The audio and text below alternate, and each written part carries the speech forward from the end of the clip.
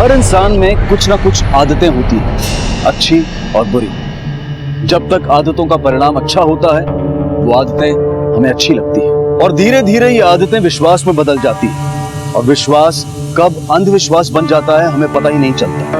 और कुछ लोग हमारी इन्हीं आदतों की कमजोरी का नाजायज फायदा उठाते हैं, और कभी कभी इसका अंजाम एक जुर्म की शक्ल भी ले सकता है।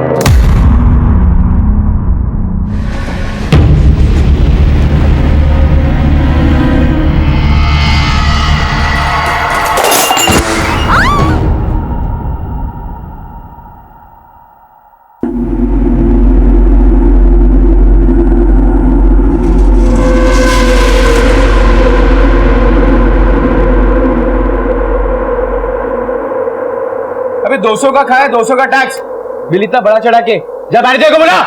मुकेश। Yes sir. देख उधर देख। जी। ढीला गेटे। बोलो बोलो। सर क्या हुआ? क्या है?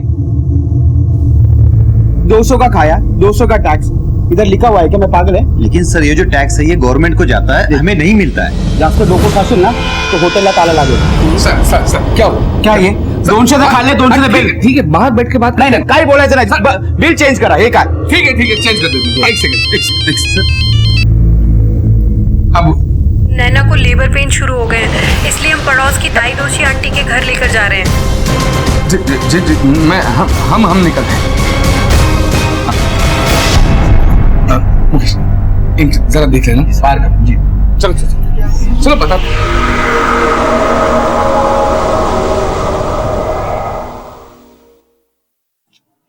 गीता क्या है? डिलीवरी यहाँ क्यों हॉस्पिटल नहीं ले जा सकती थी? इमरजेंसी थी इसलिए यहाँ पर ले आए।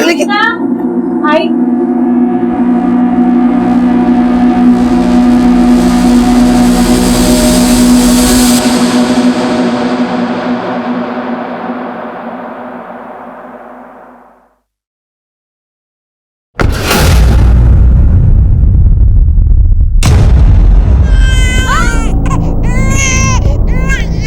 माता रानी की कृपा से पहला बेटा बहुत सही सलामत हुआ है।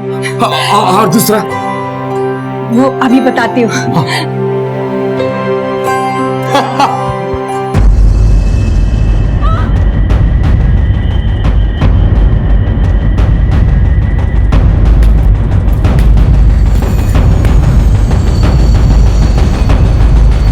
पिताजी क्या हुआ? साहब माफ कीजिए, मैं एक बच्चे को बचा नहीं पाई। बचा नहीं पाई या मार दिया तूने इस बच्चे को? तुम क्या डॉक्टर हो? यहाँ डिलीवरी कराने की जरूरत क्या थी तुम्हें? मार दिया इस बच्चे को। भैया दूसरे बच्चे की डिलीवरी भी तो उन्होंने कराई है ना? साहब अगर वक्त पर डिलीवरी नहीं करती तो दूसरा बच्चा भी नहीं बचता। चलो नैना को नर्सिंग होम में शिफ्ट करते हैं। नहीं मुझे कुछ नहीं सुनना है, प्लीज नहीं सुननी। मेरी बात सुन, अभी डिलीवरी हुई है, चच्चा और बच्चा दोनों कमजोर है। अगर उन्हें यहाँ से बाहर निकालेंगे तो उन्हें इन्फेक्शन हो सकता है, इन्फेक्शन से दूसरा बच्चा भी मर सकता है। मेरी बात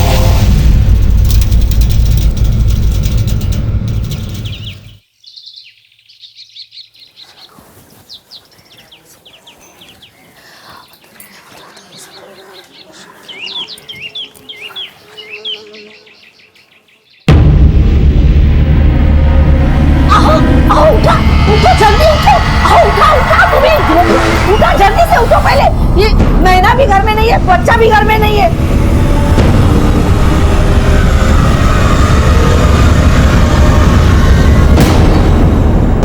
सर इसकी बीवी नैना और उसका बेटा गायब, और हमें शक है कि हमारे पड़ोस में जो दाई रहती है मिसेस जानकी दोषी, उन्होंने उनको किडनैप किया। आप कौन? मैं इनका बड़ा दिग्विजय माथुर। माथुर परिवार की छोटी बहू नैना, जिसे एक इमरजेंसी में पड़ोस की दाई के घर ले जाया गया था, बच्चा पैदा होते ही फरार हो गई थी। आखिर ऐसा क्या हुआ था कि एक दिन के बच्चे को लेकर नैना घर से निकल पड़ी थी? क्या वो अपनी किसी मजबूरी में घर से भागी थी या फिर किसी साजिश का शिकार हुई थी? अरे सर इससे औरत ने हमारी बहू को किडनैप किया है, बच्चे को छुपा कर रखा है ताकि हमसे पैसा ऐड सके। नहीं सर, हम लोग ऐसा क्यों करेंगे? उल्टा वो ही हमारे घर से दागिने और पैसे लेके भाग गई है। आप लोग डिलीवरी के लिए उसे यहाँ क्यों लाए थे? सर वो इमरजेंसी थी इसलिए लेकर आए थे। एक्सीडेंट था, पैर फिसल गया और वो गिर गई। सर नैना ने बच्चे को कल ही जन्म दिया था, पता नहीं दोनों किस हाल में होंगे, कहाँ होंगे। साहब, हम बूढ़ा बूढ़ी इस उम्र में किसी को क्यों किडनैप करेंगे? सर घर की तलाशी के बाद लगता है कि गहनों की चोरी हो गई है। कॉल रिकॉर्ड के साथ साथ नैना की पूरी डिटेल निकलवाओ। इसके घर वालों से फोटो लेके आसपास के लोगों से पूछताछ करो। अगर नैना भागी है तो बच्चे के साथ जाते हुए जरूर उसे किसी ने देखा होगा। जी सर। और आसपास के पुलिस स्टेशन में भी नैना का फोटो सर्कुलेट कराओ ताकि उन्हें कुछ पता चले तो हमें मालूम हो सके। और हाँ, मिस्टर एंड मिसेस दोषी, इन पे नजर रखो। हो सकता है इन्होंने ही नैना को किडनैप कराया और अब जानबूझ के नाटक कर रहे हैं। सर जैसे पहले बच्चा मर गया वैसे ही बाद में नैना और दूसरा बच्चा मर गए होंगे, और इस दिग्विजय के डर से दोषी मैडम भी हमसे झूठ बोल रही होगी। सर मैंने आसपास के सभी ज्वेलर्स को बोल के रखा है, अगर कोई भी गहने बेचने के लिए आता है तो तुरंत हमें खबर कर दे। दोषी, किडनैपिंग का तो समझ में आता है, लेकिन नैना घर भागी तो क्यों भागी? ऐसी क्या इमरजेंसी होगी कि डिलीवरी के दूसरे दिन ही वो भागे? सर हो सकता है कि पति और घर वालों से उसकी बनती नहीं होगी, और ये बच्चा सुनील का ना हो, किसी और का हो। नैना का कहीं बाहर अफेयर भी हो सकता है। सर काबड़े, इस दूसरे बच्चे का डीएनए टेस्ट कराओ, पता करो कि ये बच्चा सुनील का है या किसी और का है। और सुनील पे नजर रखो, अगर ये बच्चा किसी और का है तो सुनील कुछ भी कर सकता है। नैना की फैमिली के बारे में पता करो, कुछ तो है जो हम देख नहीं पा रहे हैं या हमसे छुपाया जा रहा है। Okay sir. पुलिस ने आसपास के इलाके में नैना के बारे में पूछताछ की, लेकिन किसी ने भी उसे बच्चे के साथ भागते हुए नहीं देखा था। और वहीं दूसरी तरफ जब पुलिस ने मामले की छानबीन की तो उन्हें पता चला कि दिग्विजय की 3 बेटियां थीं और अब सारा परिवार सुनील के होने वाले बेटे को लेकर बहुत खुश था। नैना का फोन अब तक ट्रेसेबल नहीं है। मिस्टर एंड मिसेस दोषी के कॉल रिकॉर्ड्स भी बिल्कुल क्लीन है। सुनील पर हमारे खबरी नजर बनाए रखी है, लेकिन सर ऐसा कुछ भी नहीं मिला जिस पर हम शक कर सकते। कावड़े, मेरी गट फीलिंग कहती है कि नैना इस वक्त किसी बहुत बड़े खतरे में है और ये मामला मुझे किडनैपिंग से ज्यादा घरेलू लग रहा है। वरना इस हालत में डिलीवरी के 1 दिन बाद कोई भी औरत अपने बच्चे को लेकर भागने का रिस्क नहीं लेगी। जो परिवार अपने होने वाले बच्चे को लेकर इतने उत्साह में था, लगता नहीं कि उसे कोई नुकसान पहुंचाएगा।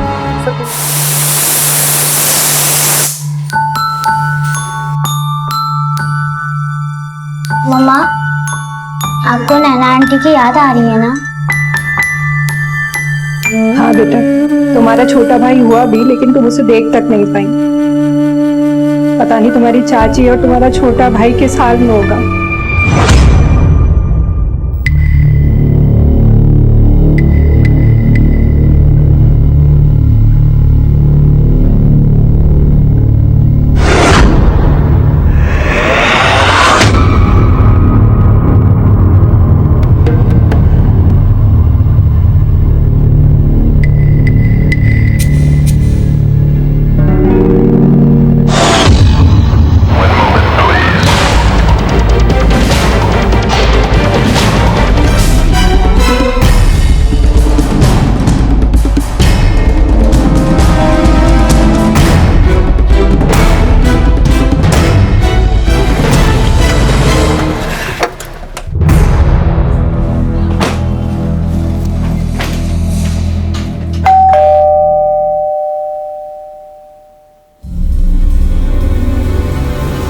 घर वाले कहाँ हैं? साहब घर पे तो कोई नहीं है। तुम कौन हो? नाम क्या है तुम्हारा? मैं इधर काम करती है, माझा नाम सविता। नैना मैडम कैसे गिर गई थी? साहब इसके बारे में तो मुझे नहीं पता, मैं थोड़ी देर बाद आई थी। नैना मैडम का घर वालों के साथ बर्ताव कैसे था? साहब सब उनको बहुत मानते थे। नैना मैडम बेटा जो देने वाली थी, वो क्या है ना, बड़े साहब के कोई बेटा नहीं है ना, उनकी सिर्फ 3 बेटियां हैं। उधर है। हेलो बेटा। हेलो। अच्छा, नैना आंटी को गिरते हुए आपने देखा था? कुछ बता सकती हो उसके बारे में? हाँ, चाची गिरी नहीं थी, बुआ ने उन्हें धक्का मारकर गिरा दिया था।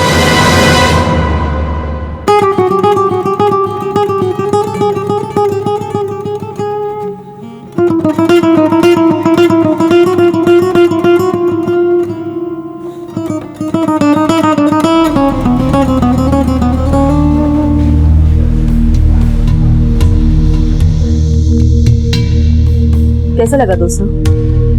बिल्कुल आपकी तरह स्वीट एंड सॉल्टी। और हमारा ये रेस्टोरेंट कैसा लगा?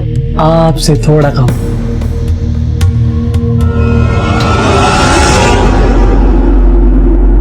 क्यों धक्का दिया था नैना को? सच सच बताओ कि बात क्या है? अरे हाँ हाँ सुनो, अगली किटी पार्टी याद है ना? बिकिनी थीम, सबको बिकिनी पहन के आना है। इस उम्र में बिकिनी? उम्र हुई होगी तेरी, मैं तो अभी 26 की हूँ। क्या दीदी आप भी, झूठी बोलना था तो थोड़ा सोच के बोलती, 36 भी बोलती तो भी चल जाता। चलो चमको निकलते हैं। निकलते करके चल बाय।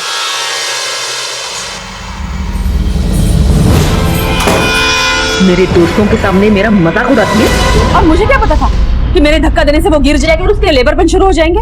तुम्हारे धक्के की वजह से सिर्फ उसे लेबर पेन शुरू नहीं हुआ, बल्कि उसका एक बच्चा भी मर गया था। आपके पास क्या प्रूफ है कि मेरे धक्का देने की वजह से वो बच्चा मर गया? देखिए सर, अक्सर जुड़वा बच्चों की डिलीवरी में एक आध बच्चा मर ही जाता है। अभी हमारे पास प्रूफ नहीं, लेकिन जब प्रूफ होगा ना तो सीधा जेल की हवा खानी पड़ेगी। देखिए सर, मैंने धक्का जरूर दिया था, इसका मतलब ये नहीं कि मैं क्रिमिनल हूँ, किसी का मर्डर या किडनैप करूंगी।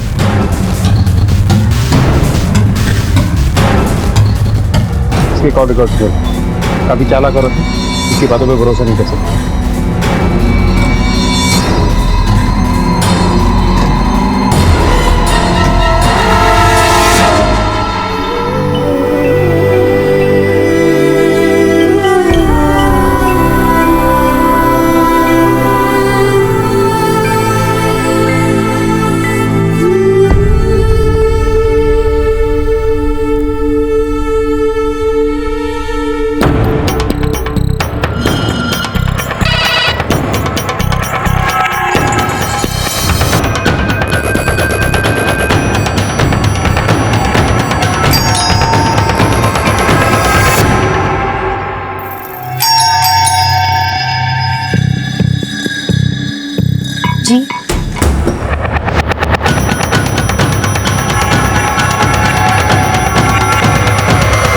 सर, मैं श्वेता से बहुत प्यार करता था और भैया मेरी शादी नैना से करवाना चाहते थे। एक बहुत अच्छी लड़की है नैना, 36 के 36 गुण मिल रहे हैं। मैंने वो लड़की तुम्हारी शादी के लिए फाइनल कर दी है। मैं भैया की बात टाल नहीं सका था सर। और जब नैना को बच्चा हो गया तो किडनैप करवा दिया उसे या मरवा दिया उसे? मैं ऐसा क्यों करूंगा सर? मेरी तो शादीशुदा जिंदगी बहुत अच्छी चल रही थी। मैं तो खुश था कि मैं बाप बनने वाला हूँ। मैं क्यों करूंगा ऐसा? सर, हमें नैना से बहुत प्यार है, उसकी बहुत चिंता हो रही है हमें। आप मेरे बच्चे और नैना को ढूंढने में हमारी मदद कीजिए। अच्छा, इतनी चिंता है नैना की तो श्वेता के घर पे क्या कर रहा था? सर वो अभी तुम जाओ, कुछ भी पता चलेगा तो खबर करेंगे। सर मुझे तो लग रहा है ये सुनील हमसे कुछ छुपा रहा है। नजर रखो इसमें। वैसे इसकी माने तो दिग्विजय को बहुत पड़ी हुई थी सुनील की नैना से शादी। हाँ सर, एक बात गौर की आपने, सुनील से भी ज्यादा दिग्विजय बच्चे के लिए परेशान था। और उस दिन भी तो मिस्टर दोषी के ऊपर कैसे इल्जाम लगा रहा है।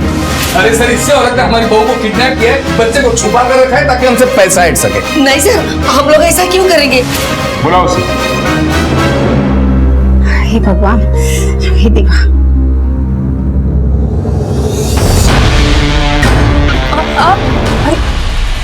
तू डर मत, मेरा बच्चा? तेरा बच्चा इधर झूले में रखा है। अच्छा तू रुक, मैं पानी लाती हूँ।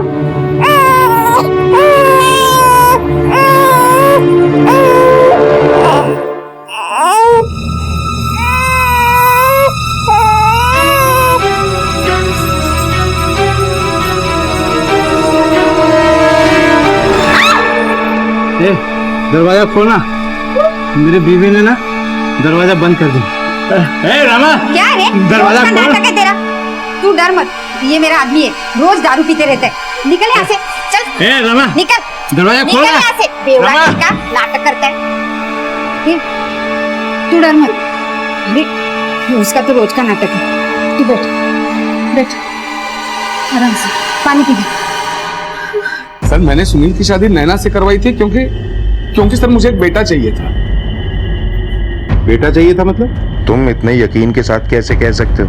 कहीं तुमने अवैध लिंग भेद जांच तो नहीं करवाई थी? जी वो सर, मुझे तो 3 बेटियां ही हैं और मेरी वाइफ गीता अब कंसीव नहीं कर सकती और मुझे मेरे खानदान के लिए वारिस तो चाहिए था। और शिवनाथ बाबा ने भी बोला था कि नैना की कुंडली में बेटा ही लिखा हुआ है। तुम निसंदेह इस कन्या का विवाह अपने भाई से करवा दो, क्योंकि इस कन्या से पुत्र की प्राप्ति होगी। सर सुनील, नैना और मैं, हम तीनों के बीच एक म्यूचुअल अंडरस्टैंडिंग थी कि नैना को जो भी बेटा होगा वो सुनील और नैना मुझे दे देगी। मतलब सब राजी थे, खुशी खुशी राजी थे। लेकिन सर इस चुड़ैल बुढ़िया ने मेरे एक बेटे को तो मार दिया और दूसरे बेटे को गायब करके बैठी है। देखो दिग्विजय, हम मिस्टर और मिसेस दोषी के ऊपर नजर रखे हुए हैं और हमारे हाथ ऐसा कुछ भी नहीं लगा जो तुम बता रहे हो। अरे सर, लेकिन नैना और उसका बेटा गायब है, ये तो सच है ना सर? कहीं ऐसा तो नहीं है कि नैना तुम्हें बेटा देना ही नहीं चाहती थी और तुम जबरदस्ती छीनना चाह रहे थे उससे? ऐसा कुछ नहीं है सर, आप चाहे तो सुनील से पूछ लीजिए ना। नैना हमारे साथ बहुत खुश थी, लेकिन जब से हमारा वारिस गायब हो गया, मैं सर प्लीज हमारे वारिस को ढूंढ लीजिए सर। अब जाओ, कुछ भी पता चलेगा तो बताएंगे तुम्हें। बेटियां आज अंतरिक्ष से लेकर फौज तक अपनी सफलता का परचम लहरा रही हैं। लेकिन बड़े अफसोस की बात है कि आज भी कुछ लोग ऐसे हैं जो बेटे और बेटी के फर्क में उलझे हैं। आज भी लोग बेटियों को अपना वारिस नहीं समझते और बेटे की चाहत में कुछ भी कर गुजरने को तैयार हो जाते हैं। कहीं नैना का बच्चे को लेकर भाग जाना इसी अध्याय की एक कड़ी तो नहीं थी? पुलिस इन सारी घटनाओं को जोड़कर किसी नतीजे पर पहुंचने की कोशिश कर रही थी। सर मुझे नहीं लगता कि इस दिग्विजय को नैना की कुछ फिक्र भी है, उसे सिर्फ वारिस चाहिए। हो सकता है इसने ही नैना को बेटे के लिए गायब किया है और हमें झूठी कहानी सुना है। हो सकता है सर, और ये भी हो सकता है कि मिस्टर एंड मिसेस दोषी इससे मिले हुए हो और गहरे चोरी हो जाने की कहानी बनाकर हमें गुमराह कर रहे हो। होने को तो कुछ भी हो सकता था। इन सब पे नजर रखो और पंडित शिवनाथ के बारे में पता करके कुंडली का रहस्य खुलवाओ। Okay sir.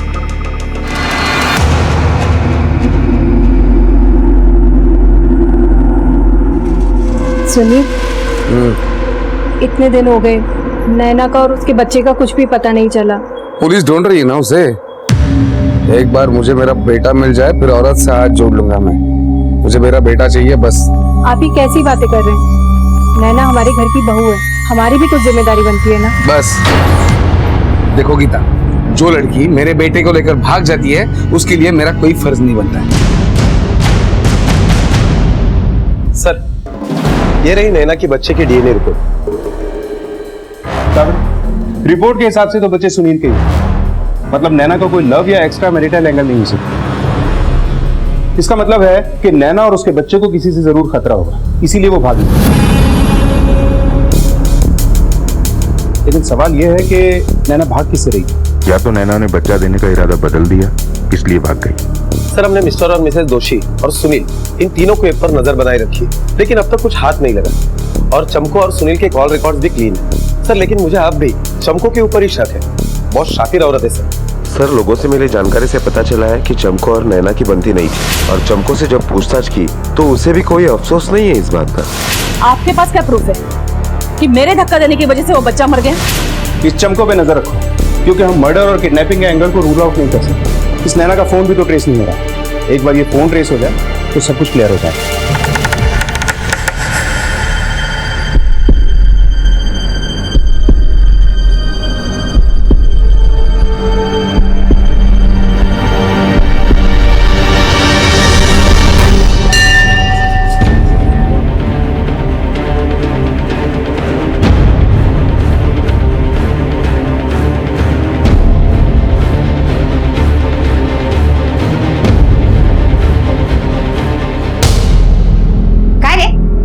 अरे रमा, मैं कितनी दिवस बाहर झोप रहा था, मैं इन लोगों को बाहर कर रहा हूँ। तू छोड़ रमा, छोड़ बच्चे को। कितना दिन बाहर सो गए? अरे तू निकल इधर से, नाटक करता है दारू पी के। नहीं, चल बाहर निकल। तू चल नहीं इधर से। मेरा बच्चा।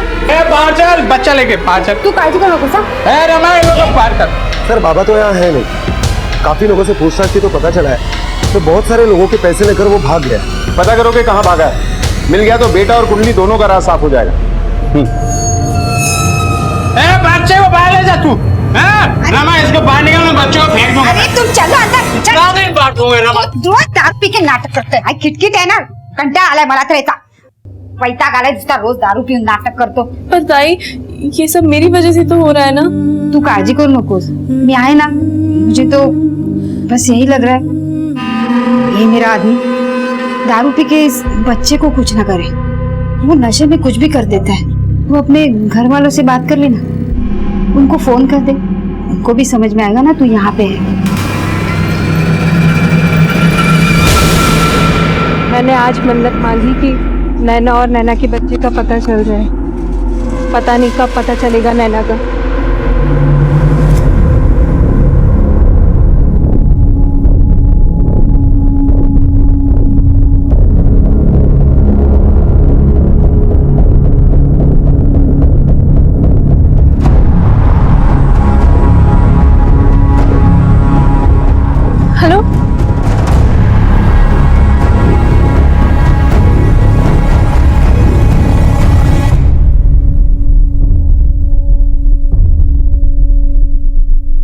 प्रसाद लो।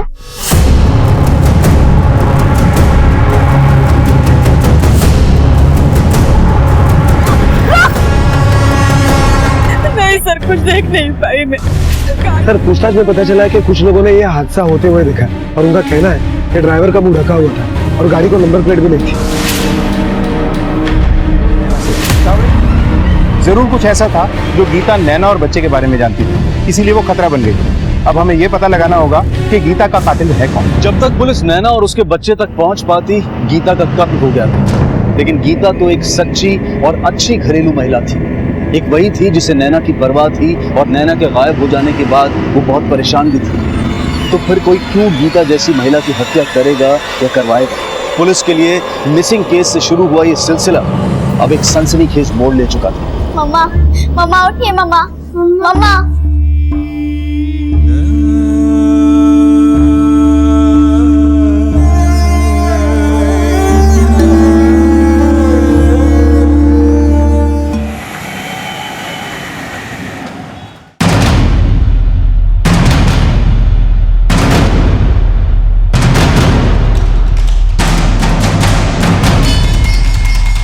सर दोषी के पास बहुत माल आ गया है। ज्वेलरी शॉप में ज्वेलरी खरीद रहा है सर वो।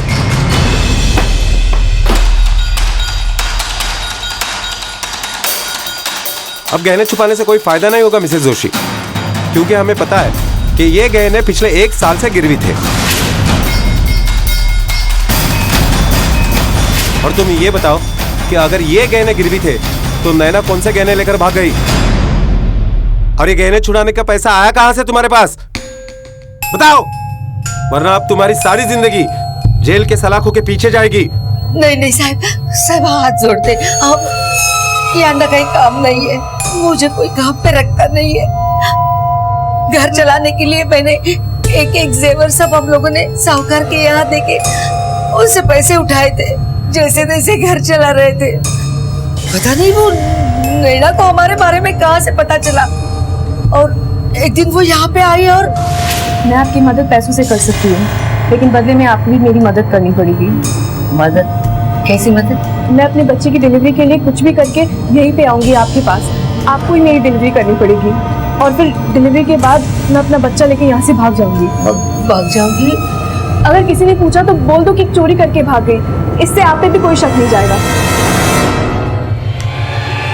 ये आप रख लीजिए, डिलीवरी होने के बाद मैं और दे दूंगी। अब तुम ये बताओ कि नैना और उसका बच्चा कहाँ पर है? हमें नहीं मालूम साहब। यहाँ से जाने के बाद उसने कभी हमें कांटेक्ट भी नहीं किया, और डर के मारे हमने भी उसे कभी फोन नहीं किया। क्या नैना ने कभी बताया था कि वो क्यों भागना चाहती है? पुलिस को गुमराह करने के जुर्म में तुम्हें हमारे साथ पुलिस स्टेशन आना पड़ेगा। नहीं साहब, हम लोगों को क्यों? हमने कुछ नहीं किया। जो भी किया नैना ने किया साहब, हमने कुछ भी नहीं किया। दोषी दंपत्ति की जानकारी से नैना का एक अलग चेहरा पुलिस के सामने उभर कर आया था। उनके मुताबिक नैना बहुत सोच समझकर भागी थी। उसका यूं भाग जाना क्या उसकी कोई मजबूरी थी या फिर कोई चाल? क्या उसके भागने का पुलिस के लिए सारे मामले एक पहेली बनते जा रहे थे, और ऐसे में ये बहुत जरूरी था कि जल्द से जल्द पुलिस नैना को ढूंढ निकाले। सर, नैना की फोन की लोकेशन ट्रेस हो गई है।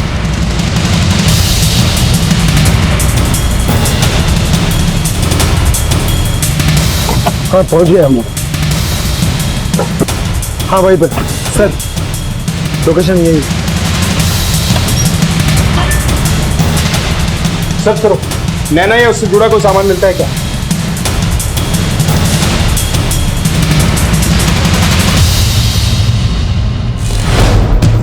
सर लड़कियां नहीं है। तावड़े हो सकता है नैना किसी बहुत बड़े खतरे में, और ये फोन भी नैना का हो सकता है। पता करो ये घर किसका है। मोबाइल को फॉरेंसिक लैब में भेजो, शायद कोई सुराग नहीं। Yes sir.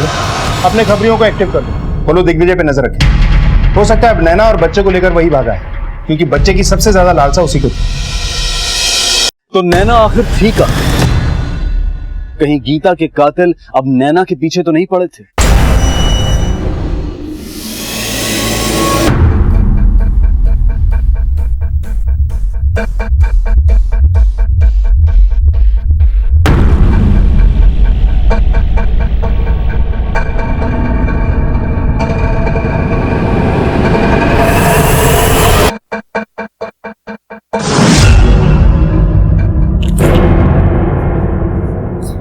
उठ! इस फोटो को ठीक तरह से देख और बता ये औरत और उसका बच्चा कहाँ है? साहब इस औरत को मैंने पहले कभी देखा ही नहीं है। झूठ बोल रहा है? तेरी इस औरत का फोन तेरे खोली में कैसे मिला? मैं 4 दिन से खोली पे गया ही नहीं। क्यों? ओ मैं वो खोली मेरे दोस्त को भाड़े से दिया है। कौन सा दोस्त? अशोक रेस्टोरेंट में काम करता है।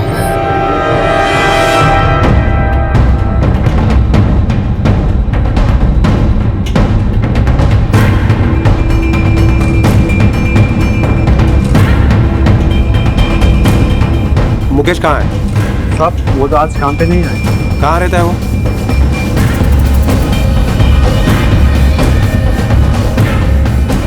तो मुकेश का घर कौन सा?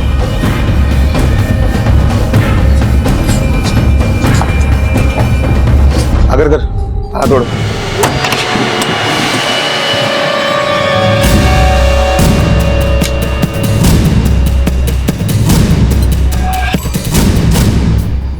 अगर कर घर की अच्छी तरह से तलाशी लो और तुम आसपास पूछताछ करो कि वो कहाँ गया है। जी सर।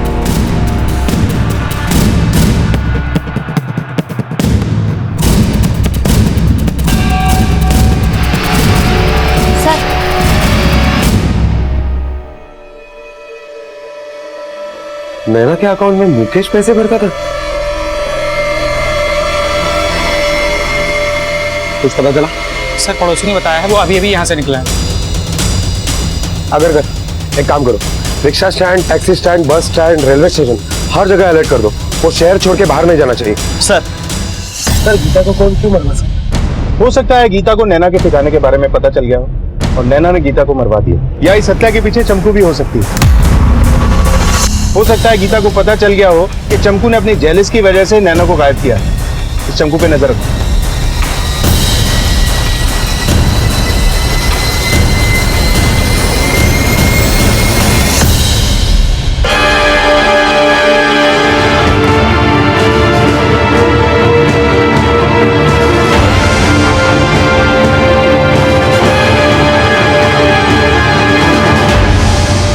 सर ये देखिए, इस गुंडे को उठा के थाने लेकर आओ। बता तूने दिग्विजय से पैसे क्यों लिए थे? साहब उसने अपने बीवी को मारने के पैसे दिए थे साहब। नैना कहाँ है? मुझे नैना के बारे में कुछ नहीं पता साहब। हमारे पास और कोई चारा नहीं था साहब। अरे सुनिए, आपका फोन बज रहा है। तुम ही देखो जरा, उठा लो कौन है। अच्छा ठीक है, देखती हूँ।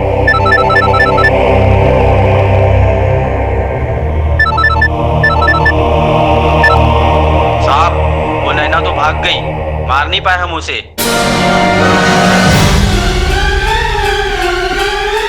कौन है? किसका फोन है? तुम दोनों को पता था कि नैना भाग गई है और तुम दोनों मिलकर झूठ मूठ का नाटक कर रहे थे। अब नैना को मरवाना चाहते हो। मैं ये सब जाकर पुलिस को अभी बता दूंगी। जाओ बता दो, जाओ अभी जाके बता दो। और कर भी क्या सकती हो तुम? एक बेटा तो जल नहीं पाई और हमें जेल डलवाएगी। हाँ हाँ कर पाऊंगी और पुलिस को जाकर सब कुछ सच सच बता दूंगी। तो तुम चुप रहो, मैं सुन के। भाभी भैया तो गुस्से में कुछ भी बोल रहे हैं ना, आप परेशान मत होना। आपकी कसम मैं उन दोनों को ले आऊंगा, बस आप पुलिस के पास मत जाना। मत जाना। सर भाभी की धमकी से हम डर गए थे। अगर वो आपके पास आती तो बिजनेस के हमारे और भी काले कारनामे बाहर आ जाते, इसलिए हमने उसको सुपारी दी। हाँ उड़ा दो उसको। नैना और उसका बच्चा कहाँ? नैना को अपने मैनेजर मुकेश के हाथों गायब करवा दिया और मुकेश को कहीं फरार करवा दिया। नैना, उसका बच्चा और मुकेश कहाँ है? इस तरह हमें नहीं मालूम सर, हमें नहीं, वाकई नहीं मालूम होगा। मैं मानता हूँ कि हमने उसके पीछे कुंडे लगवाए, उसे मारने की कोशिश की, उसे मारना चाहते भी थे साहब, तो बचकर निकल गए साहब। हमें नहीं पता वो कहाँ है, वाकई नहीं पता। क्यों मारना चाहते थे नैना को और क्यों भागी वो? सर क्योंकि नैना को हमारे प्लान के बारे में पता चल गया था। भैया आपको हमेशा से पता था ना कि मैं श्वेता से शादी करना चाहता हूँ, पर आपने न जाने कहां से नैना मेरे मत्थे मर दी। कब तक इससे शादीशुदा होने की एक्टिंग करूं मैं? सुनील तू शांत रह। देखो इस नैना से हमें एक बार बेटा मिल जाने दो, बाद में इस नैना को तलाक देकर तुम श्वेता से शादी कर लो ना।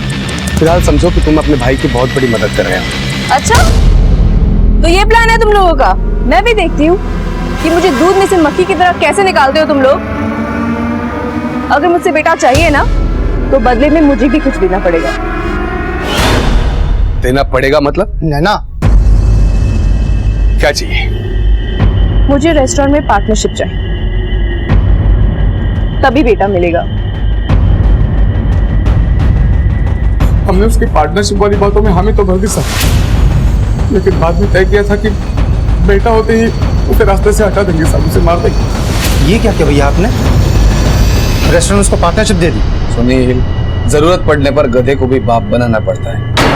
एक बार ये नैना का बेटा हमें मिल जाए, पार्टनरशिप क्या, रास्ते से ही हटा देंगे इसे। हो सकता है उसे हमारे प्लान के बारे में पता चल गया हो और इसलिए वो बेटे को लेकर मिसेस दोषी के घर में छुप गई ताकि हमसे कुछ डील कर पाए। लेकिन साहब अब वो कहाँ है हमें वाकई नहीं पता सर। वो बस आए, हमें हमारा वारिस दे दे और उसे जो चाहे ले जाए सर। तुम दोनों अब किसी को कुछ नहीं दे पाओगे, क्योंकि बची हुई जिंदगी जेल में सड़ना है तुम दोनों को। सवाल अब भी यही है कि नैना कहाँ और किस हाल में होगी। हेलो, तुम वही रुको, हम आ रहे हैं।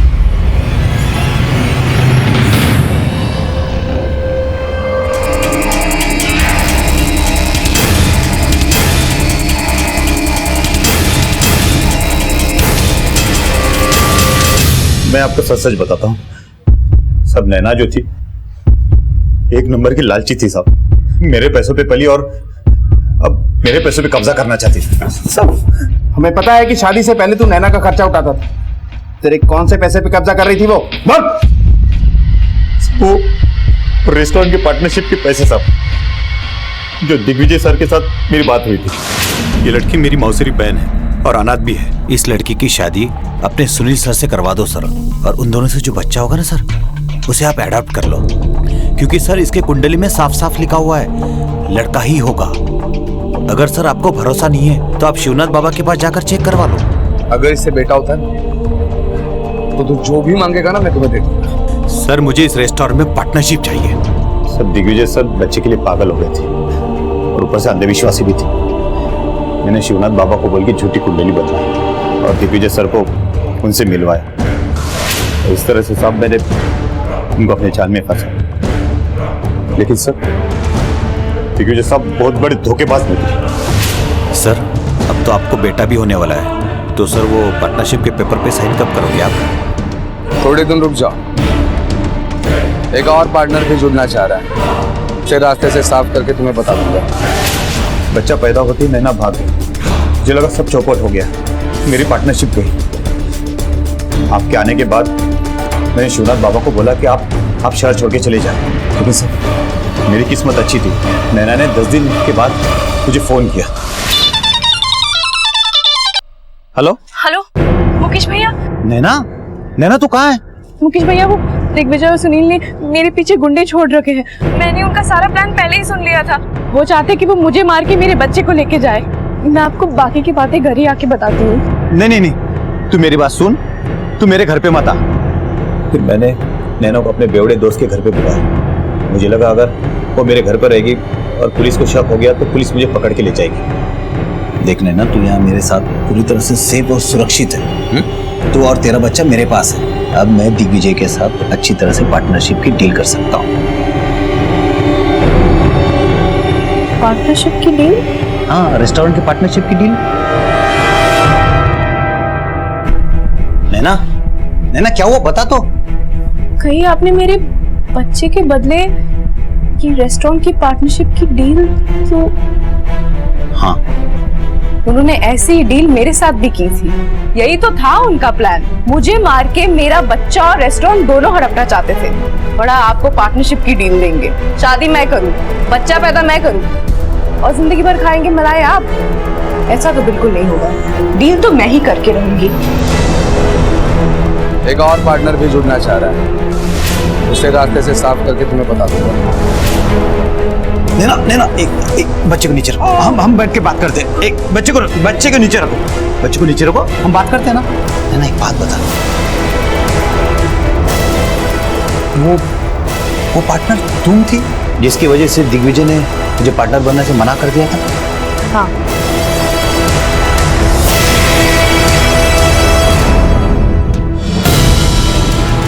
नसीब चाहिए तुझे? एहसान फरामोश, मैंने तुझे सड़क से उठाकर महलों तक पहुंचाया और नागिन बनकर तू मुझे डसने चली। मैं तुझे छोड़ूंगा नहीं। मैं उसे मारना नहीं चाहता था साहब, लेकिन वो गलती से मेरे हाथों मारी गई। नैना की लाश कहाँ है? जंगल में दफना दिया साहब।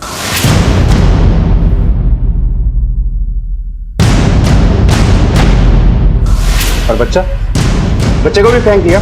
नहीं साहब, बच्चों को मैंने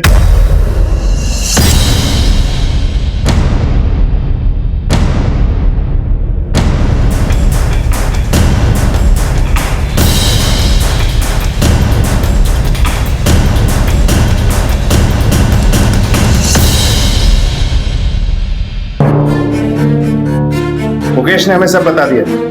तुम बच्चे को अनाथ आश्रम क्यों ले गई? मेरे हाथों से अनजाने में पाप हो गया और इस बात का पछतावा मुझे हो रहा था। जो आईना मुझे मेरा काल्पनिक चेहरा दिखाता था, अब वो मेरी असली सूरत दिखाने लगा। उस बच्चे को अनाथ आश्रम में मैंने ही रखा था। मैं अगर उसे घर ले जाती तो सबको लगता कि नैना को मैंने ही मारा है।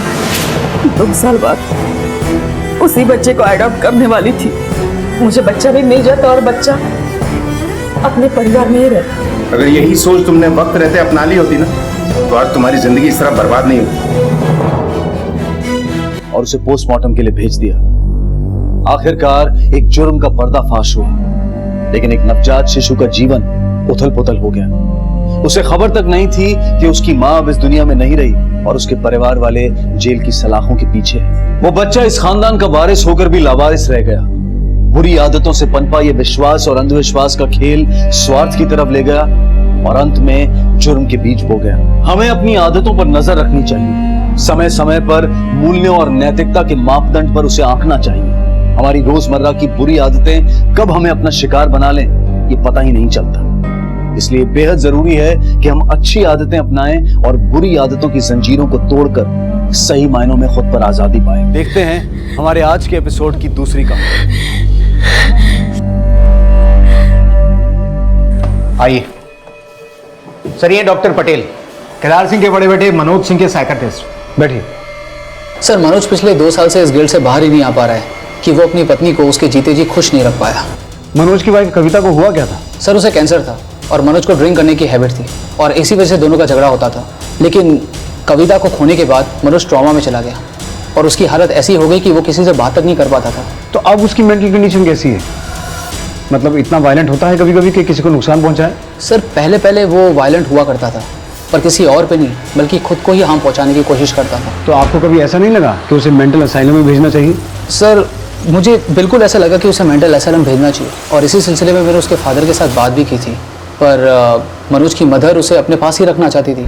इसलिए मैंने उन दोनों को ये बात सजेस्ट की कि मनोज को किसी ऐसे रूम में रखा जाए जहाँ पे ऐसी कोई चीज़ ना हो जिससे वो अपने आप को ही हार्म पहुँचा सके। तो आप मनोज का इलाज करने के लिए उनके घर जाते हैं? जी सर, वैसे वो लोग उसे कहीं बाहर लेकर जाते नहीं हैं। हाँ, कभी कभार मनोज का टेस्ट वगैरह करवाना होता है तो मनोज की मदर और उनका ड्राइवर उसे साथ लेकर यहाँ आ जाते हैं हमारे हॉस्पिटल में। ड्राइवर रहमत खान? जी वही। अच्छा, इस रहमत खान के बारे में कुछ जानते हैं आप? सर, ऐसा कुछ खास तो नहीं जानता, लेकिन हाँ आजकल वो हॉस्पिटल रेगुलरली आ रहा है और डॉक्टर राणा से मिल रहा है। डॉक्टर राणा वो भी साइकियाट्रिस्ट हैं? नहीं सर, वो हमारे हॉस्पिटल में सर्जन है। सर्जन? जी सर। तो रहमत खान उनसे क्यों मिल रहा है? इस बारे में तो मुझे कोई आइडिया नहीं है। लाइबा,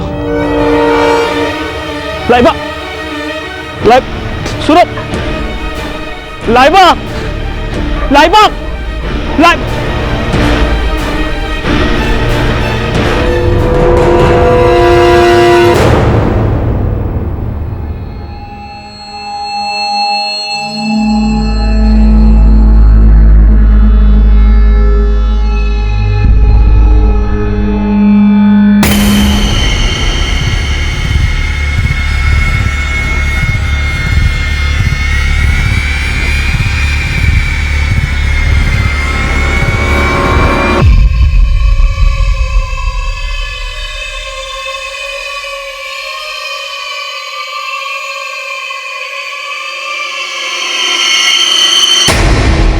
भैया, आपको कोई कविता की फोटो नहीं दिखाता ना इस घर में?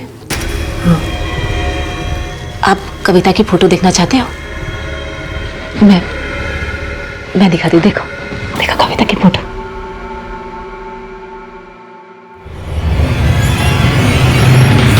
इंदु, तुम पागल हो गई है? ये तू हालत देख रही है इसकी, और ये क्या कर रही है तू? जिसकी वजह से इसकी ये हालत हुई है उसको जाके समझाओ, अपने उस शैतान पति को। और हाँ, उसे कह देना अगर उसने फैक्ट्री में हमें हिस्सा नहीं दिया ना तो मनोज भैया की तरह सबकी दुखती रग पे हाथ रखेंगे हम। सर, ये मनोज के वाइफ कविता के मेडिकल रिकॉर्ड्स, उसकी डेथ नेचुरल थी। अगर कविता की मौत नेचुरल थी तो मनोज को ऐसा क्यों लगता है कि कविता की मौत उसकी वजह से हुई?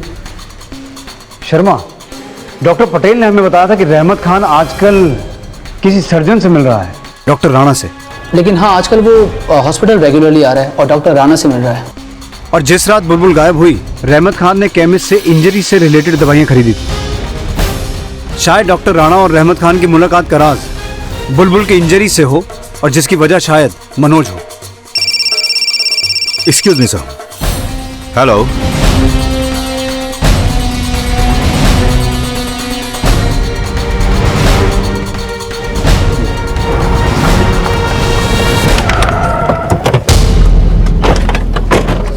हटिए सामने से, पीछे हटिए।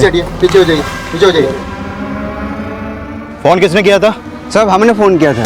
हम यहाँ से जा रहे थे, तभी इस लड़की की लाश यहाँ पे पड़ी देखी। किशोरी, चेक करो, आसपास पूछताछ करो और बॉडी को पोस्टमार्टम के लिए भिजवाओ।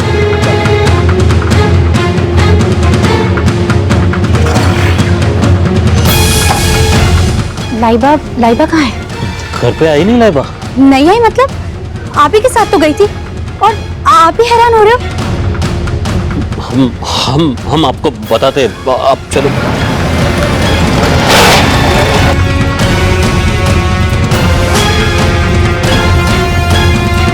क्या रहमत वाकई लाइबा की हत्या से अनजान था? पुलिस ने जब रहमत के परिवार को लाइबा की हत्या के बारे में बताया, क्या रहमत का शक सही था या फिर इसके पीछे भी केदार सिंह की कोई साजिश छिपी थी? हालांकि पुलिस रहमत से जुड़े उस राज का भी पता लगाना चाहती थी जो डॉक्टर राणा और रहमत की मुलाकात से जुड़ा था। लेकिन फिलहाल इन संभावनाओं की पड़ताल की जा रही थी कि कहीं लाइबा की हत्या बेटी के बदले बेटी छीन लेने की रंजिश से तो नहीं जुड़ा था। सर, आप समझने की कोशिश कीजिए। मैं आपसे कह चुका हूं, मेरा लाइबा के मर्डर से कोई लेना देना नहीं। लेकिन तुम्हें तो यही लगता है ना कि बुलबुल को रहमत ने गायब किया, तो हो सकता है उसकी बेटी को मारकर तुमने उससे अपना बदला लेने की सोची। सर, माना कि बुलबुल के लिए हम खून के आंसू रो रहे, लेकिन हम इतने भी गए गुजरे नहीं हैं कि किसी की बच्ची की जिंदगी छीन ले, और वो भी उस बच्ची की जिसे मेरी बेटी अपनी बहन से भी बढ़कर मानती थी।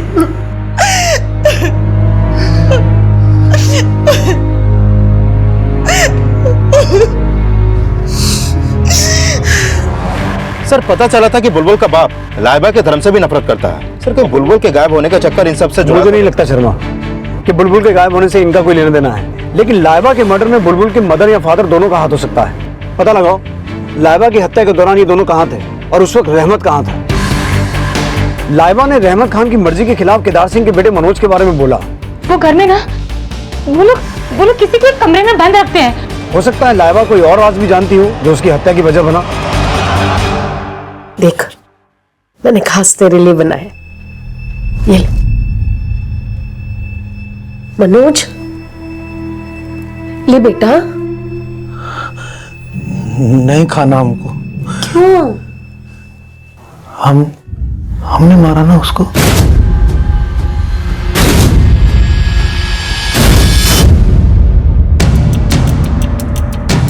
सर, रहमत खान जिस सर्जन डॉक्टर राणा से मिल रहा था, मेरी उससे बात हुई। वो फिलहाल आउट ऑफ स्टेशन है। कल सुबह फैसलाबाद आ रहा है। एसिड अटैक केस में कोई अपडेट? सर, उस ब्लू स्कूटर का तो कोई लीड नहीं मिला, लेकिन इस साल सामने आए एसिड अटैक के 106 केसेस मैंने स्टडी किए। उनमें से 97 केसेस में क्रिमिनल्स बिहाइंड द बार है और ये 9 लोग वांटेड हैं।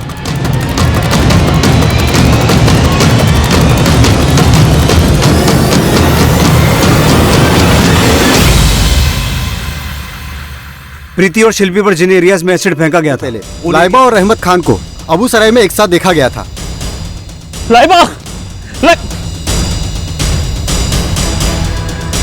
सर वहाँ के स्त्री वाले ने दोनों की फोटो आइडेंटिफाई भी की है और उसने ये भी बताया कि रहमत खान उसे रोकने की कोशिश कर रहा था, लेकिन लाइबा वहाँ से चली गई। सर अबू सराय में तो केदार सिंह का घर भी है, क्योंकि लाइबा ने उन पर ही शक जताया था।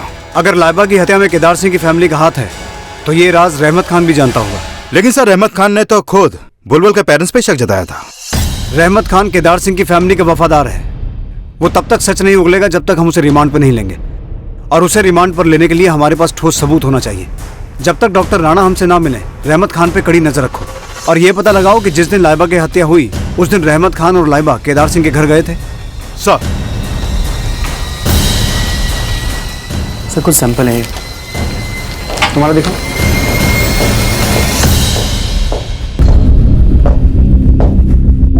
हिंदू दीदी जाओ तुम लोग, तुम यहाँ क्या कर रही हो? अरे बाबूजी तो कह रहे थे कि यहाँ की पैकेजिंग यूनिट की हवाओं में भी मसाले उड़ते हैं। वो कहा इसीलिए हम वो गॉगल लगा कर आए, लेकिन हम अभी पैकेजिंग यूनिट से ही आ रहे हैं, वहां तो कोई मसाले नहीं उड़ रहे थे। खैर अब हम रोज ऑफिस आएंगे और बाबूजी की कुर्सी पर ही बैठेंगे।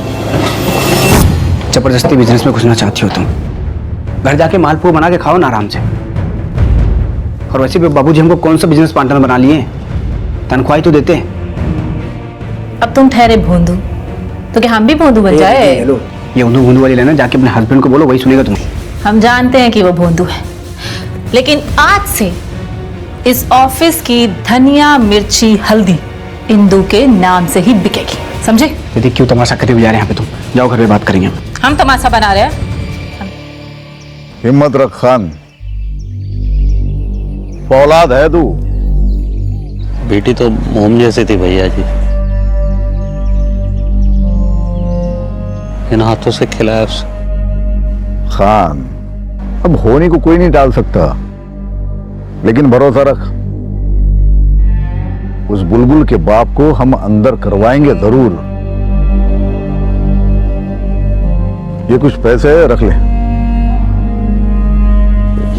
नहीं भैया, गजाला के नाम पे एफडी करवा दो।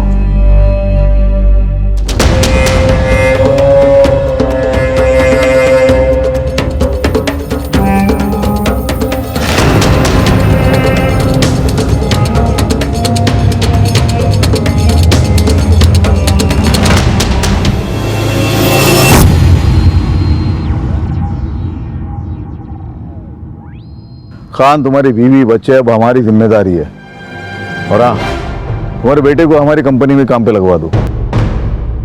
वो अरशद पढ़ रहा है अभी भैया जी। हाँ तो पढ़ा लो, उसके बाद में देखते हैं। जाओ।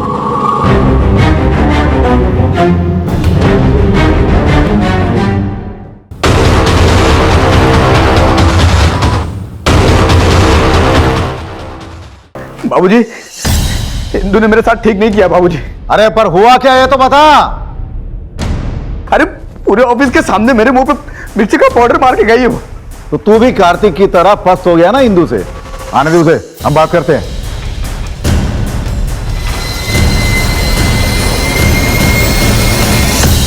तुम भी वही सोच रहे हो ना जो हम सोच रहे हैं? तुम क्या सोच रहे हो, पहले ये तो बताओ। यही कि इंदू ने हमारी और आलोक ने तुम्हारी जिंदगी बर्बाद कर दी।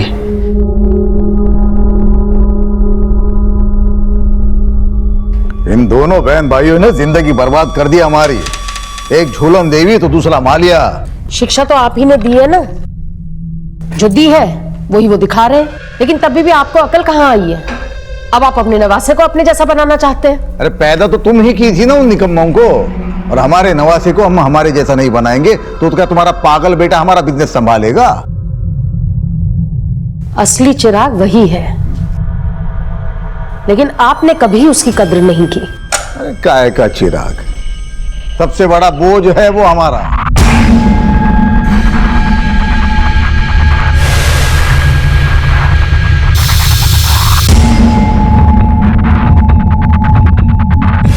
केदार सिंह परिवार के हर सदस्य की अपनी एक कहानी थी, लेकिन किसकी कहानी अपराध से जुड़ी थी? केदार सिंह परिवार के ऐसे कई रहस्य थे जिनका भागीदार केदार सिंह का वफादार रहमत भी था। रहमत पर पुलिस की नजर थी और केदार सिंह के परिवार के साथ साथ बुलबुल के माता पिता भी शक के दायरे में थे और प्रीति और शिल्पी पर एसिड फेंकने वाले की तलाश भी जारी थी। और इन सब के बीच पुलिस डॉक्टर राणा से मिलकर रहमत और डॉक्टर राणा की मुलाकातों का राज जानने की कोशिश कर रही थी। हमने सुना है पिछले कुछ दिनों से रहमत खान आपसे लगातार मिल रहा है। सही सुना है आपने सर, मैं भी रहमत के बार बार मुझसे मिलने से मैं तंग आ चुका हूँ। मतलब सर ये कि पिछले दिनों केदार सिंह के दामाद कार्तिक को काफी सीरियस चोट लगी थी और रहमत उसे बैंडेज करवाने के लिए मेरे पास लेकर आया था। सर कार्तिक की जान लेने की कोशिश की गई थी सर। मुझे मार डाली, मुझे मार डाली। सर ये देखिए, सिर्फ चोट ही नहीं सर, उसे बुरी तरह से पीटा गया था। तब मैंने देखा कि उसकी बॉडी पर कुछ कुछ पुराने घाव भी थे, इसलिए मैंने ये फोटो संभाल के रखे। सर कार्तिक की बीवी ही कार्तिक को मारती थी। मैं तो पुलिस को इन्फॉर्म करना चाहता था, लेकिन रहमत ने केदार सिंह को फोन लगाकर मुझे दे दिया। ए डॉक्टर, अपना मुंह बंद रख और चुपचाप इलाज कर उसका। फालतू में बतंगड़ क्यों बना रहा है? लेकिन केदार सर, हम जानते हैं हमारी बेटी ने पीटा है उसको, लेकिन हमारा दामाद भी कुछ कम नहीं है। तू इलाज चालू रख। सर वहां पर कार्तिक की किसी को नहीं पड़ी है। उतनी चोट लगने के बावजूद सिर्फ रहमत ही कार्तिक को मेरे पास लेकर आया। सर मैं तो तब भी पुलिस को बुलाना चाहता था, लेकिन कार्तिक ने ही मुझे पुलिस को इन्फॉर्म करने के लिए मना कर दिया। जाने दीजिए डॉक्टर साहब, पुलिस आएगी तो लोग यही कहेंगे कि अपनी बीवी से पिटता। सर कार्तिक की बॉडी में अब तक हेयरलाइन फ्रैक्चर है। उसकी मेडिसिन के सिलसिले में ही रहमत मुझसे मिलता रहता है, लेकिन मैंने रहमत से कह दिया है कि अगर इन फ्यूचर कार्तिक को कुछ भी हुआ तो सबसे पहले जेल में उसको ही भिजवाऊंगा, क्योंकि रहमत ने ही कार्तिक को धमकाया था कि वो मुझसे पुलिस को ना बुलाने के लिए कहे। इसके साथ तुम्हें जो भी करना है अपने बेडरूम में जाके करो, सबके सामने तमाशा मत करो। और आपने जो हमारा तमाशा बनाया उसका क्या?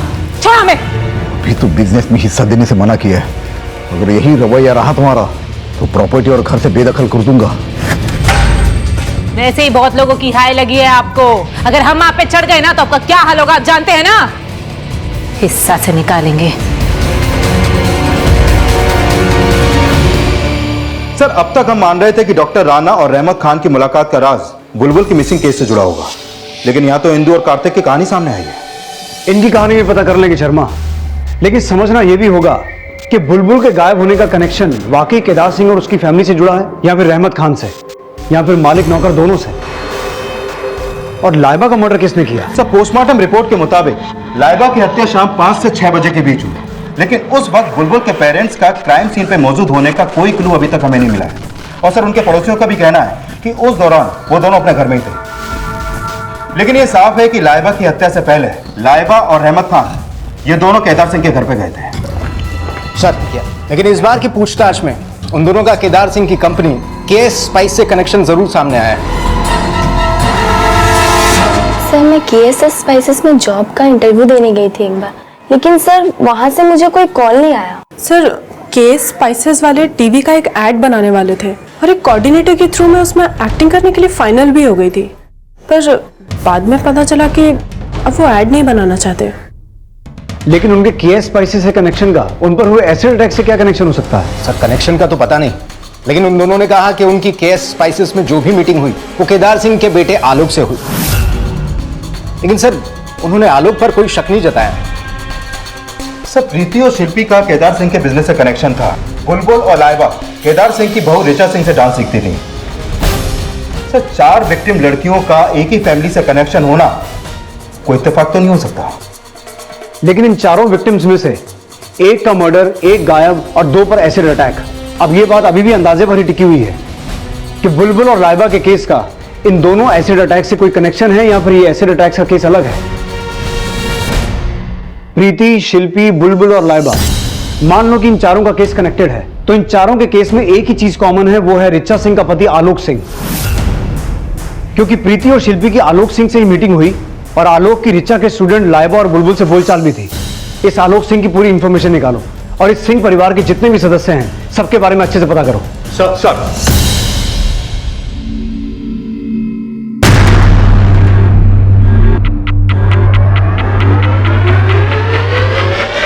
शिल्पी और प्रीति के बाद अब पूजा नाम की एक लड़की पर एसिड फेंके जाने का मामला सामने आया था, लेकिन पूजा पर हुए एसिड अटैक का केस फैजाबाद के एक दूसरे थाने वसंतपुरा में दर्ज हुआ था। इन सभी केसेस में बुलबुल के गायब होने की मिस्ट्री एक ऐसे राज से जुड़ी हुई थी जिसका फिलहाल कोई सिरा जुड़ता नजर नहीं आ रहा था, और ये सवाल भी खड़े हो रहे थे कि क्या बुलबुल अब जिंदा भी थी या फिर उसकी हत्या हो चुकी थी। बुलबुल को देखे हुए 15 दिन हो गए। कभी कभी तो ये सोच के दिल बैठ जाता है कि कहीं वो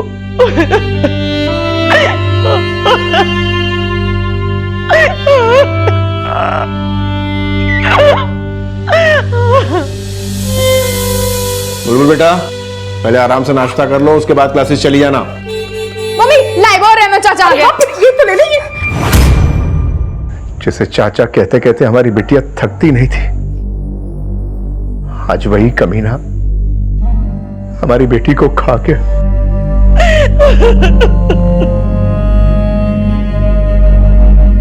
अब्बू, मैंने कभी भी आपको रहमत अब्बू या खान अब्बू करके बुलाया है नहीं ना?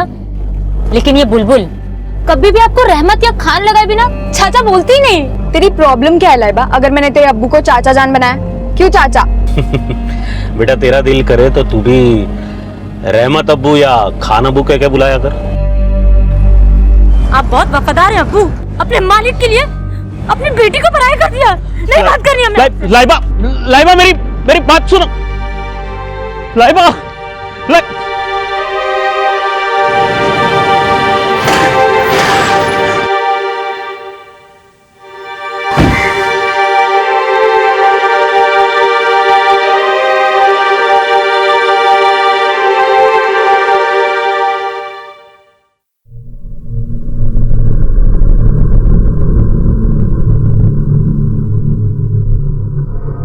बेटा तेरी अम्मी और भाई कहाँ हैं? अरशद भाईजान तो अभी कॉलेज से ही नहीं आए और अम्मी बाजार गई हैं।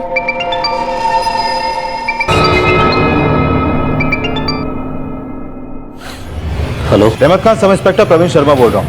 थाने आ जाओ, सर ने बुलाया। अरे बेटा हम जरा काम से बाहर जा रहे हैं, तुम यहीं बैठना दरवाजा बंद करके। हाँ हम आ रहे हैं। पर अब्बू आप कब आएंगे? पता नहीं बेटा, खुदा जाने कौन सी कयामत आई है।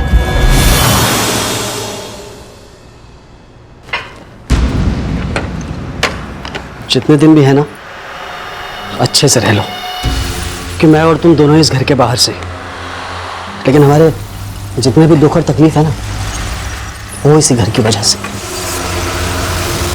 हमने बताया था कार्तिक जी को कि डॉक्टर साहब पुलिस बुलाना चाहते हैं। कार्तिक जी ने खुद ने मना कर दिया पुलिस बुलाने से, और डॉक्टर साहब को लगता है कि हमने धमकाया कार्तिक जी को। लेकिन तेरे भैया जी ने तो डॉक्टर को धमकाया था ना, और तूने ही फोन लगा के दिया था।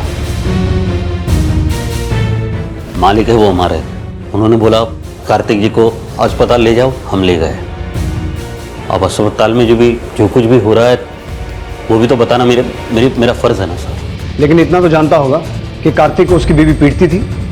इंदू जी शुरू से ही गुस्सैल स्वभाव की है, उनकी तो भैया जी से भी नहीं बनते।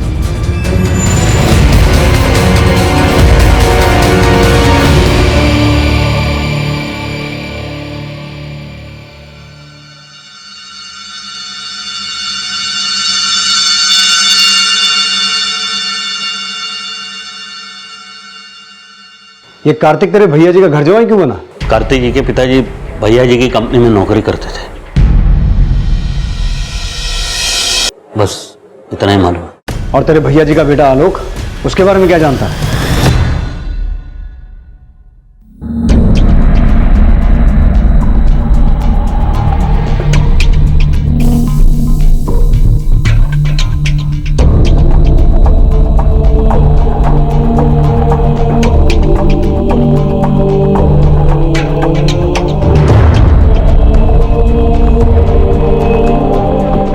कहीं ऐसा तो नहीं कि बुलबुल के गायब होने में उसी का हाथ हो और उनके कहने पे झूठ बोल रहा है तू?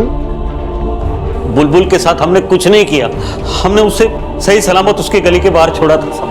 और लाइबा, लाइबा की मौत से पहले उसको अपने भैया जी के घर क्यों लेके गया था? चुप क्यों हो गया खान? कहीं अपने भैया जी से वफादारी निभाने के चक्कर में अपनी बेटी को मार तो नहीं दिया? साहब, लाइबा की हत्या में बुलबुल के अबू का हाथ है साहब।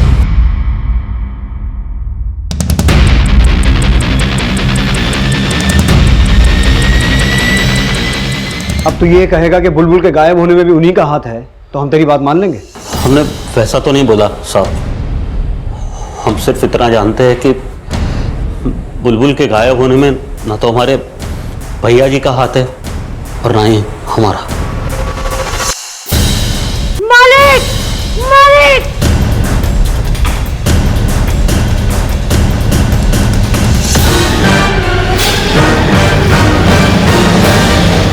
सनी! सनी!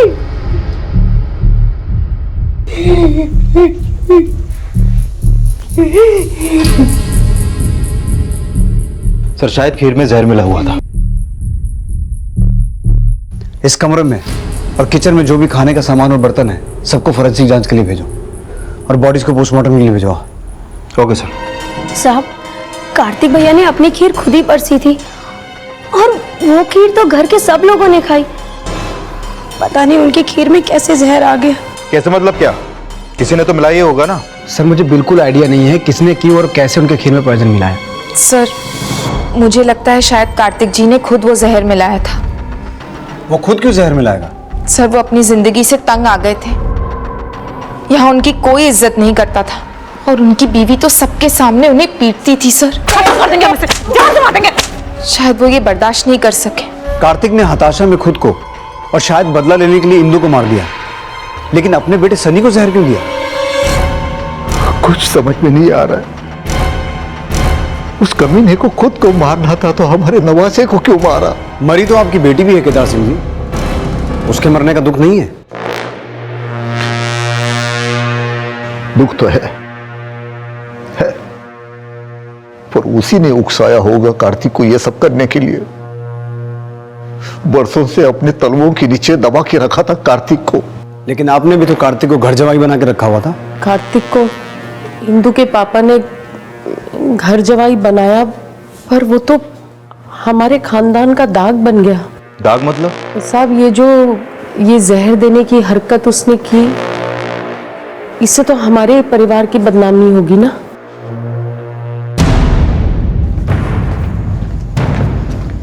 सभी घर वालों का यही कहना है कि कार्तिक ने खुद अपने परिवार को मारा, लेकिन मुझे कहानी कुछ और लगती है। इनके आस पड़ोस नौकर चाकर गार्ड सभी से पूछताछ करो। हाँ सिंह सर, वसंतपुरा थाने में एक और एसिड अटैक का केस सामने आया है। किसी पूजा नाम की लड़की पर एसिड फेंका गया है। वसंतपुरा पुलिस स्टेशन जाओ और पता लगाओ इस पूजा नाम की लड़की का हमारे पास आए केसेस से कोई रिलेशन है क्या? Yes sir.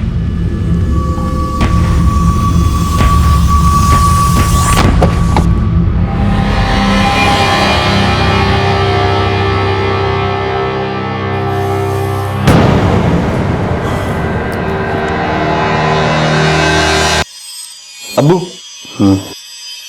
पानी। गजाला और अम्मी कहाँ है? अम्मी बाजार से लौटी नहीं थी। गजाला को लगा कि रुखसत खाला के घर पर होंगी, तो वो उनको ढूंढने गई है। अकेले?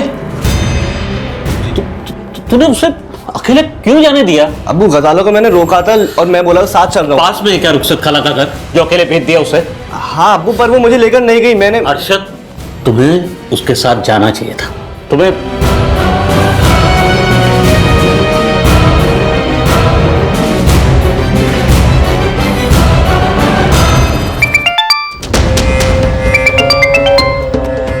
हेलो हेलो हेलो रहमत भाई, गजाला को कोई औरत मार के भाग गई। लेकिन रहमत की बीवी यास्मीन कहां थी? हम शाम से यास्मीन को भी ढूंढ रहे हैं। गजाला गई थी यास्मीन को ढूंढने, अब गजाला के साथ। साहब, हम बता रहे हैं इसमें बुलबुल की मां का हाथ है। बुलबुल की मां? हाँ साहब, जिसने गजाला पर हमला किया वो औरत थी। चाहे तो पूछे इनसे। हाँ साहब, मैंने उसका चेहरा तो नहीं देखा, लेकिन वो साड़ी पहने हुए।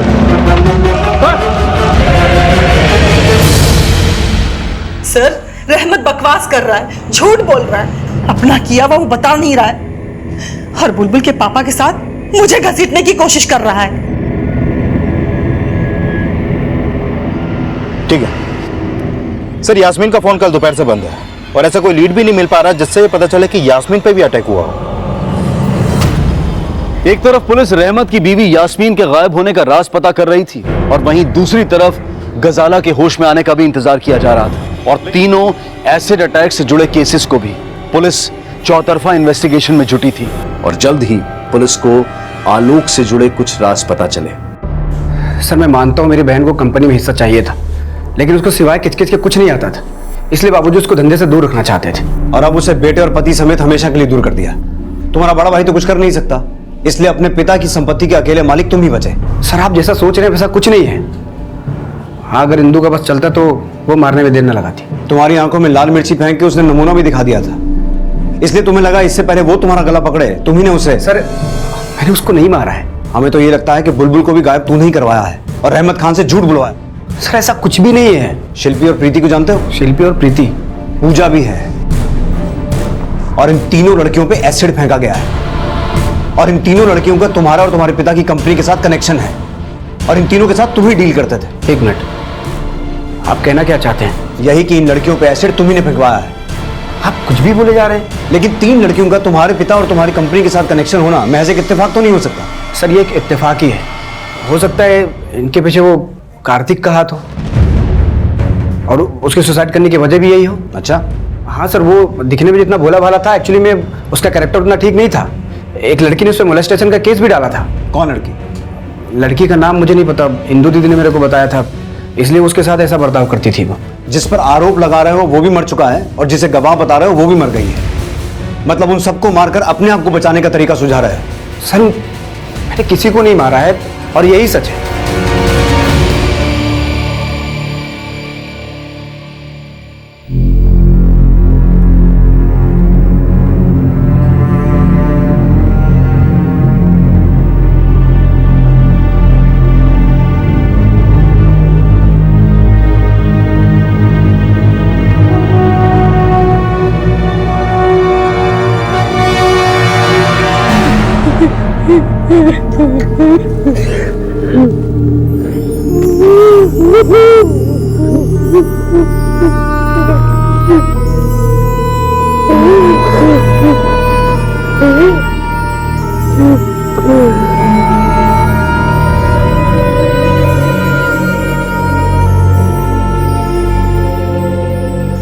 अगर आपने इंदू को उसका हक दे दिया होता तो आज के दिन मेरे नवासे का मरा हुआ मुंह देखने को नसीब ना होता।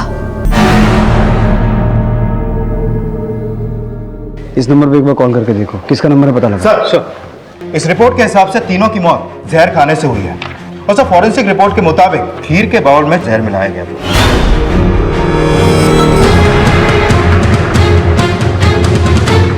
और सर खीर में सिंदूर के ट्रेसेस भी मिले हैं। सर हो सकता है जिसने जहर मिलाया उसका थोड़ा सिंदूर भी खीर में गिर गया हो। लेकिन उस घर में ऐसी कौन सी औरत हो सकती है जो सनी, इंदू और कार्तिक को मारना चाहेगी? सर केदार सिंह के घर के बाहर एक स्कूटर खड़ा होता है। ये स्कूटर ब्लू कलर का तो नहीं है, लेकिन काफी कुछ वैसा ही है जैसा क्राइम सीन पर देखा गया था।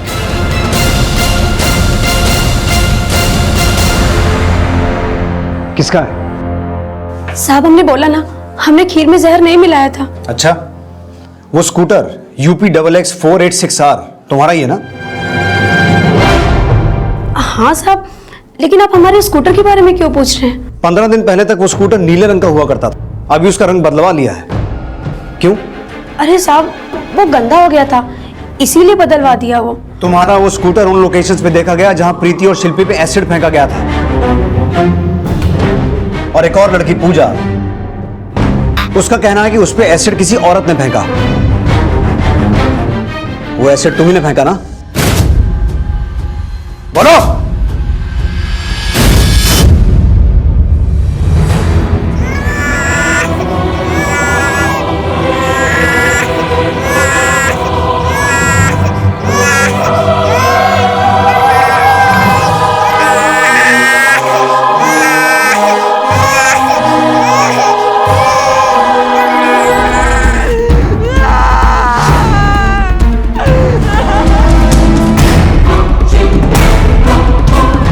हमसे गलती हो गई, हमको माफ कर दिए साहब। उन लड़कियों के चेहरे गला दिए तुमने और कह रही हो कि गलती हो गई।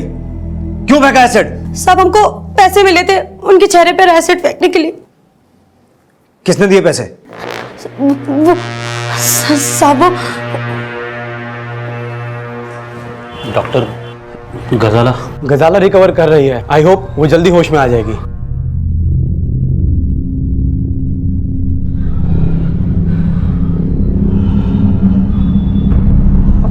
अब्बू गजाला ठीक हो रही है अल्लाह की मेहरबानी से। बस अब यही पता चल जाए कि तेरी अम्मी कहाँ है।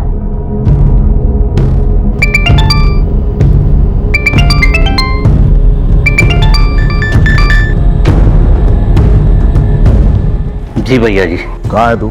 जी वो हम अस्पताल में हैं। नवासा तो हमारा भी मरा है, लेकिन हमने काम धंधा नहीं छोड़ा। अभी के अभी यहाँ आ जा। जो हुकुम भैया जी।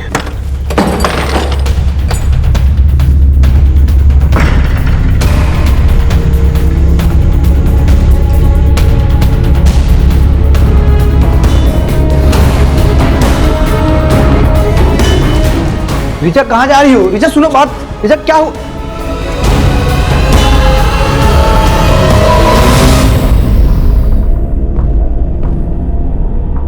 हाँ सर, मैंने ही सुनहरी को बोला था उन पर एसिड फेंक दे, क्योंकि मुझे शक था कि आलोक का उनके साथ अफेयर है। लेकिन हमने आलोक और उन तीनों लड़कियों को इन्वेस्टिगेट किया था। हमें तो किसी एंगल से नहीं लगा कि उनका अफेयर है। फिर तुम्हें ये गलतफहमी क्यों हो गई?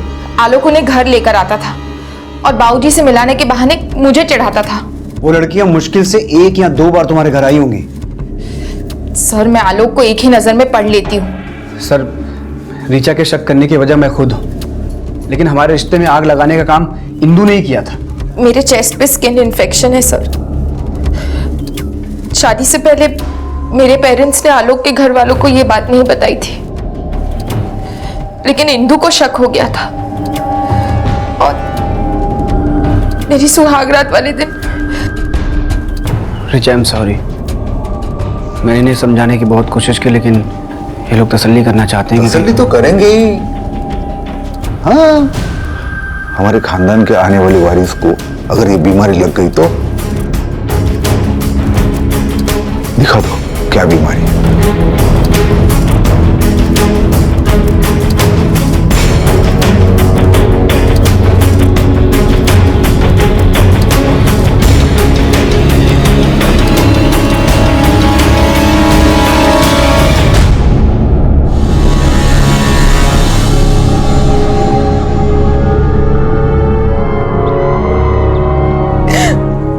सबके सामने मेरे साथ। सर, मुझे डर था कि आलोक मुझे कभी भी छोड़ देंगे और उनके घर वाले उनकी दूसरी शादी करा देंगे। और इसलिए तुमने उन 3 लड़कियों का चेहरा बिगाड़ दिया। लेकिन बुलबुल को गायब क्यों करवाया? लाइबा को क्यों मारा? कार्तिक और उसके परिवार को जहर क्यों दिया? मैंने ये सब नहीं किया सर, मैंने नहीं किया। मैं सच बोल रही हूँ साहब, उन पर एसिड फेंकने के अलावा मैंने कुछ नहीं किया। जिस खीर में जहर मिलाया गया था उसमें सिंदूर के ट्रेसेस मिले हैं, और तुमने ही बयान दिया था कि उस दिन रहमत बुलबुल को अलग से घर छोड़ने के लिए निकला था। सर, मैंने नहीं देखा था, माँ जी ने ऐसा बताया था। अब तुम कहोगे कि खीर में जहर भी तुम्हारी सास नहीं मिलाया था। अपने आप को बचाने के लिए उन पर मर्डर का आरोप लगा रही हो ताकि तुम्हारा बदला पूरा हो जाए। लेकिन मैं इंदू और कार्तिक को क्यों जहर दूंगी सर? ये बात तुम हमें बताओगी। किशोरी, जब तक ये सच ना बोले अच्छे से सेवा करो इनकी। पुलिस के बहुत जोर देने के बावजूद सुनहरी और ऋचा अपने बयान पर कायम रहे। एसिड अटैक के तीनों केसेस अपने निर्णायक मोड़ पर थे, लेकिन लाइबा की हत्या और बुलबुल के बाद रहमत की बीवी यास्मीन के गायब हो जाने का क्या राज था? गजाला के होश में आने के बाद जब उसका बयान लिया गया तो यह साफ हो गया कि उस पर हमला करने वाली औरत बुलबुल की मां विमला नहीं बल्कि कोई और थी, और गजाला की मदद से उस औरत का स्केच तैयार करवाया गया।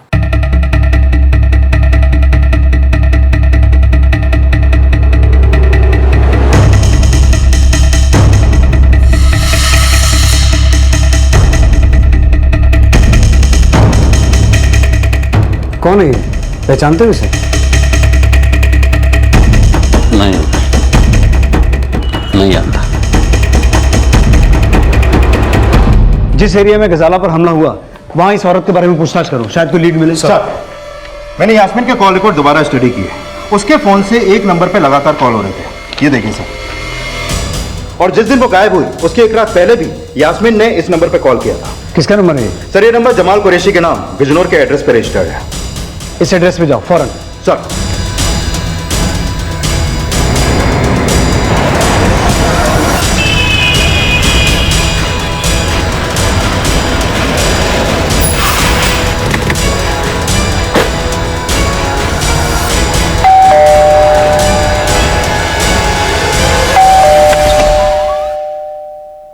जी साहब।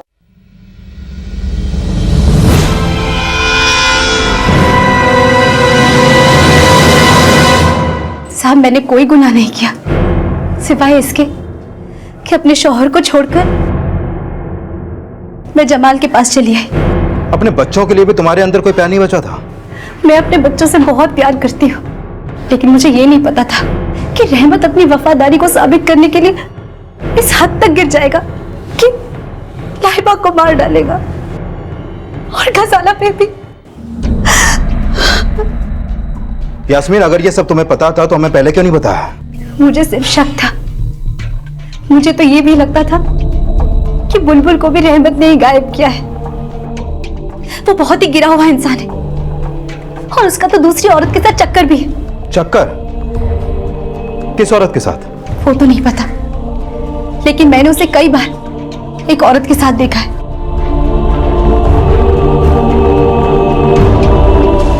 क्या यही थी वो औरत? हाँ साहब, यही है वो।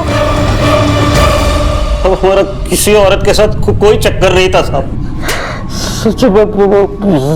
जिन्नत से मिलता था सब, कोई चक्कर वक्कर नहीं था मेरा साहब।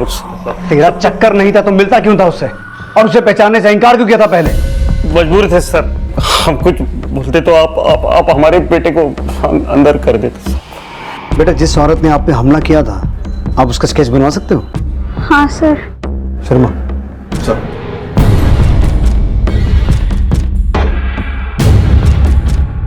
अब्बू हमको बचा लो। अब्बू बहुत बड़ी गलती हो गई। अब्बू, नादारी में हमारा बेटा अपने से दोगुनी उम्र की औरत से इश्क कर बैठा। समझा ने उसे कि हमारे बेटे से दूर रहे सब।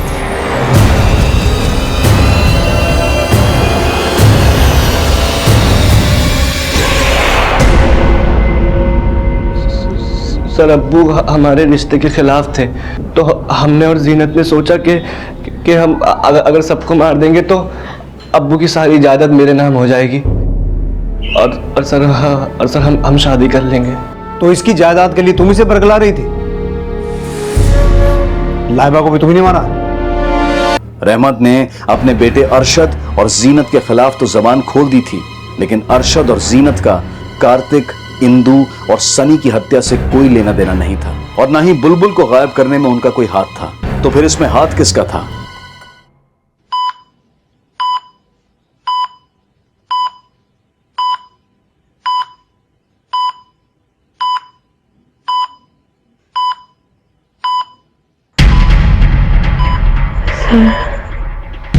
मैंने कार्तिक की खीर में जहर मिलाया था, लेकिन मुझे नहीं पता कि वो खीर इंदू और मेरे सनी की मौत का कारण कैसे बन गई। मैं इंदू और सनी को नहीं मारना चाहती थी सर, लेकिन आपकी वजह से मरे थे वो तीनों। वैसे सिर्फ कार्तिक को क्यों मारना चाहती थी आप? कार्तिक ने बुलबुल के साथ। मैम सॉरी, मैं अपनी हैंकी भूल गई, तो मैं ले लूं? हाँ।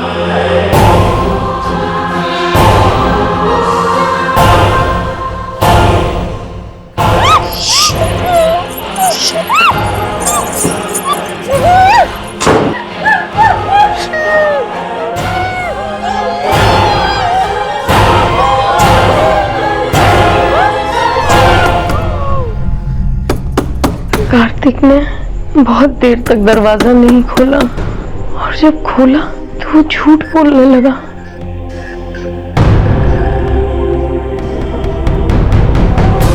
बच्चों को लेके गया नहीं अभी तक? नहीं, वो बुलबुल अंदर आई थी भैया जी, उसी को देखने आया हूँ।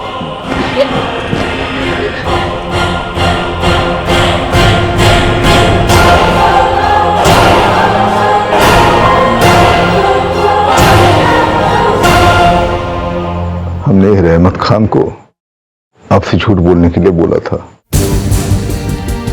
हमने इसको बोला था कि बुलबुल की गली के बाहर खाली गाड़ी जाके खड़ी करो ताकि आसपास के लोगों की गवाही उसे मिल सके। और बुलबुल की बॉडी के साथ क्या किया? घर के पीछे गाड़ दिया।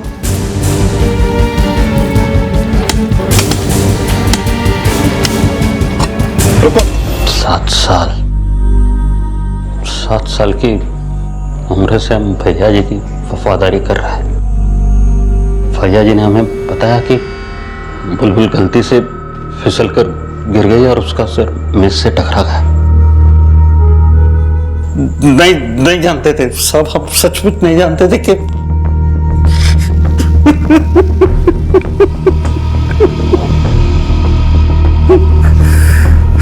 अल्लाह क्या गुनाह हो गया हमसे। अल्लाह बहुत बड़ा गुनाह हो गया हमसे।